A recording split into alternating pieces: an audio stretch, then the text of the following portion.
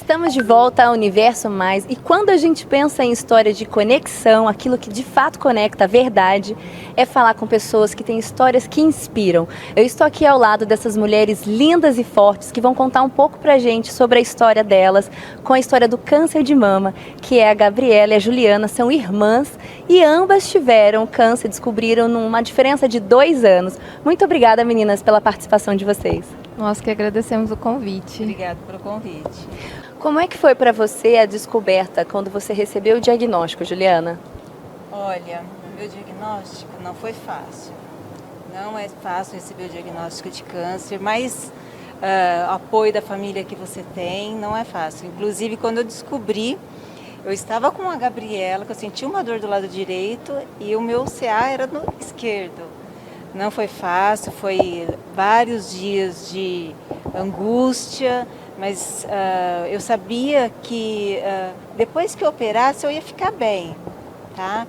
Mas de princípio, assim que você pega, recebe o diagnóstico, não é fácil, mas também não é aquele bicho de 7 cabeças. Tudo ia passar, eu sabia que ia passar, que ia dar tudo certo. E a Gabriela foi a pessoa que estava literalmente ao seu lado no momento que você descobriu o câncer? Sempre, a Gabriela, eu e nossas irmãs, nós somos muito unidas, a família é muito unida, então ela me apoiou e eu apoiei ela sempre.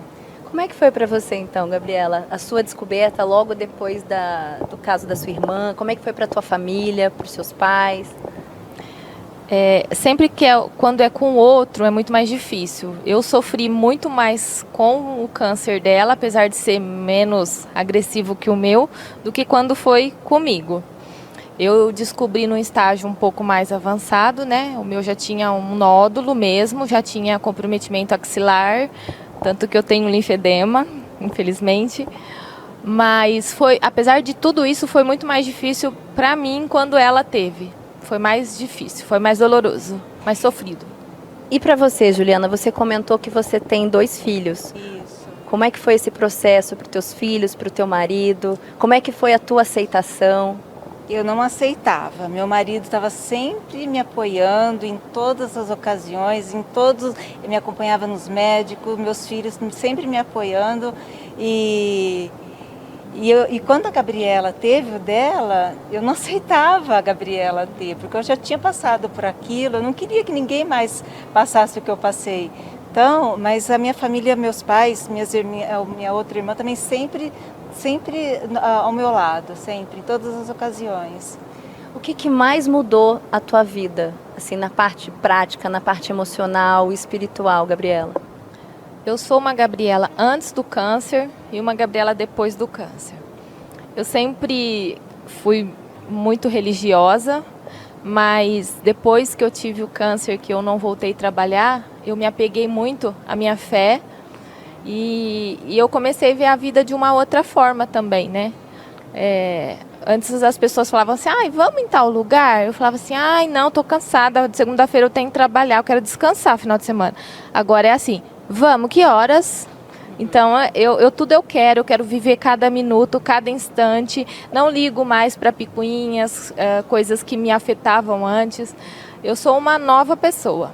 Você ressignificou a sua vida. Ressignifiquei a minha vida. E a Gabriela, ela dava muito mais apoio para mim de quando ela estava do que eu a ela, porque eu não conseguia ver minha irmã careca, sem cabelo. Eu não conseguia, era espontâneo, eu chegava perto dela, eu já virava as costas. E quando ela falava que postou uma foto nas redes sociais, eu ficava o maior tempo sem entrar nas redes sociais, porque eu não queria ver, eu tinha um bloqueio de ver a minha irmã daquele jeito. Você teve muita dificuldade com essa questão de imagem, tanto a autoimagem quanto a imagem da sua irmã nesse processo? Muito, foi difícil eu aceitar isso. Eu só via ela de lenço ou de peruca, não era nem o fato de estética, não era isso. Era o fato de ver a minha irmã doente, que ninguém quer ver uma pessoa que você ama passar por isso. E eu já sentia a necessidade de mostrar para as pessoas que eu estava passando por aquele processo. Eu estava careca, eu não queria ficar de peruca, eu não queria ficar de lenço. Eu queria mostrar para as pessoas que é possível passar pela doença e viver normalmente. Mas eu tinha que bloquear ela quando eu fazia alguma postagem. Ela me apoiou muito, porque eu sempre tive meu cabelo comprido, eu não queria perder meu cabelo. E quando ela ficou careca, eu não precisei fazer a químio. Eu achava que eu não podia continuar com aquele cabelo enorme, sendo que a minha irmã estava sem cabelo. Eu fui lá, cortei o meu cabelo curtinho, doei para ela e ainda está crescendo. Eu vou fazer várias vezes isso. Para quem precisar, meu cabelo eu vou doar. Que linda! Olha, gente, para quem não sabe, uma coisa que é muito importante, muito interessante vocês aí de casa se antenarem. A gente estava conversando que, ainda que seja com a melhor das intenções, quando as pessoas encontram uma mulher que recebe o diagnóstico de câncer de mama, às vezes a gente acaba falando coisas indesejáveis. Quais foram frases batidas que vocês receberam, ouviam muito das pessoas nas ruas, até mesmo no ambiente familiar, que isso deixou incomodado e que vale a gente ressaltar a importância de um dia, se você encontrar alguém, para não falar? Vou falar por mim e por ela. As pessoas chegarem e falar assim, o cabelo cresce, mas você se olhar no espelho, ver se você está... Não é só um cabelo curto, você está sem cabelo, você está doente. Então isso não é legal. Para mim, pelo menos pela minha experiência que eu tive junto com ela, não era legal. Nem pelo fato de ser meu cabelo ser comprido, não, poderia mesmo sendo curto. Não é legal a pessoa chegar e falar, cabelo cresce. É porque isso vai para além da imagem, né? Tem muito mais coisa envolvida. Não é estética só isso, não. Eu queria falar para vocês, meninas, que vocês servem muito de inspiração para outras mulheres, para prevenção e para também alertar mulheres que receberam esse diagnóstico. O que vocês podem falar e levar essa mensagem para elas?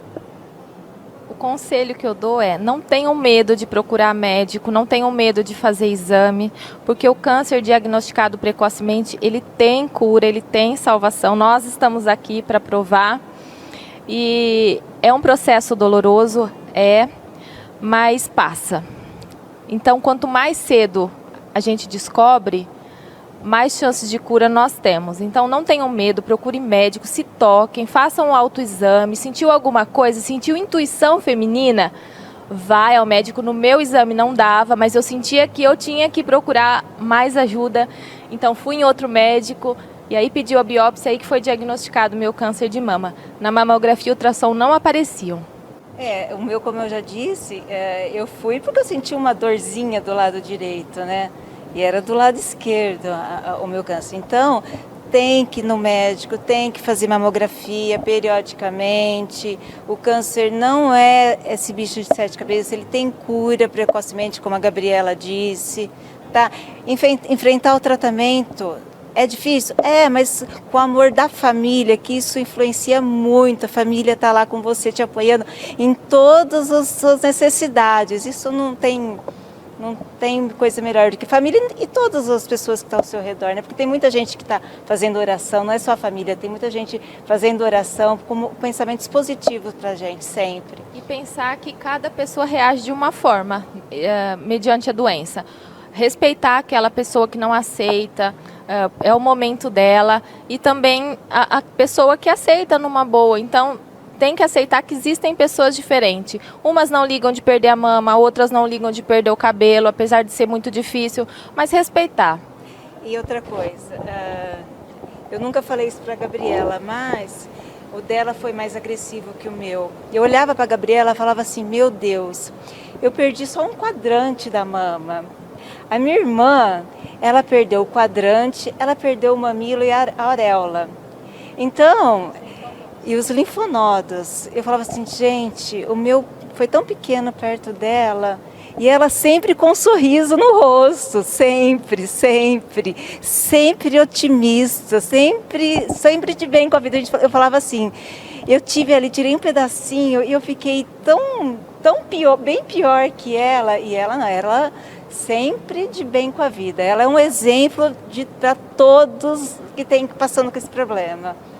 Que linda a relação de vocês, eu fiquei realmente muito tocada, muito obrigada pela participação, por vocês compartilharem um pouco da história de vocês com todos nós e parabéns de verdade pela força, tá bom? Nós que agradecemos.